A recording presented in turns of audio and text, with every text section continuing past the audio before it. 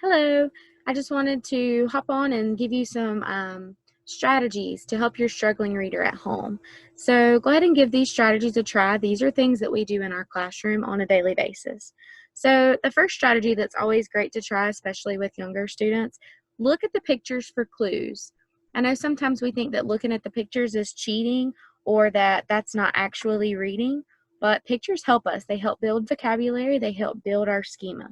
Use the pictures for clues. That's what they're there for. Start the tricky word. Um, we may not know it when we first look at it, but what parts do we already know? Think back to Letterland. What blends? What digraphs? What vowel teams? What do we already know? What can we use from that word to help us figure it out?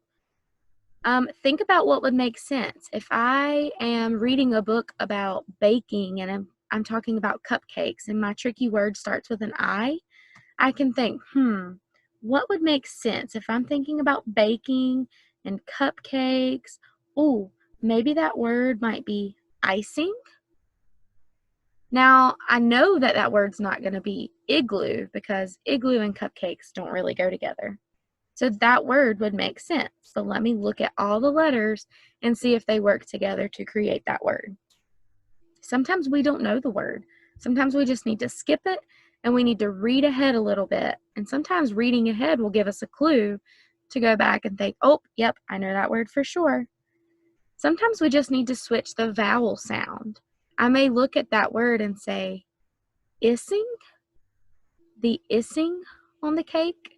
No, that doesn't make sense. Let me switch the vowel sound because I know that the letter I can say like impy ink, and I know it can say I, like Mr. I. So let me say icing.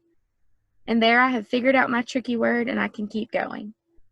I hope these tips and tricks help you.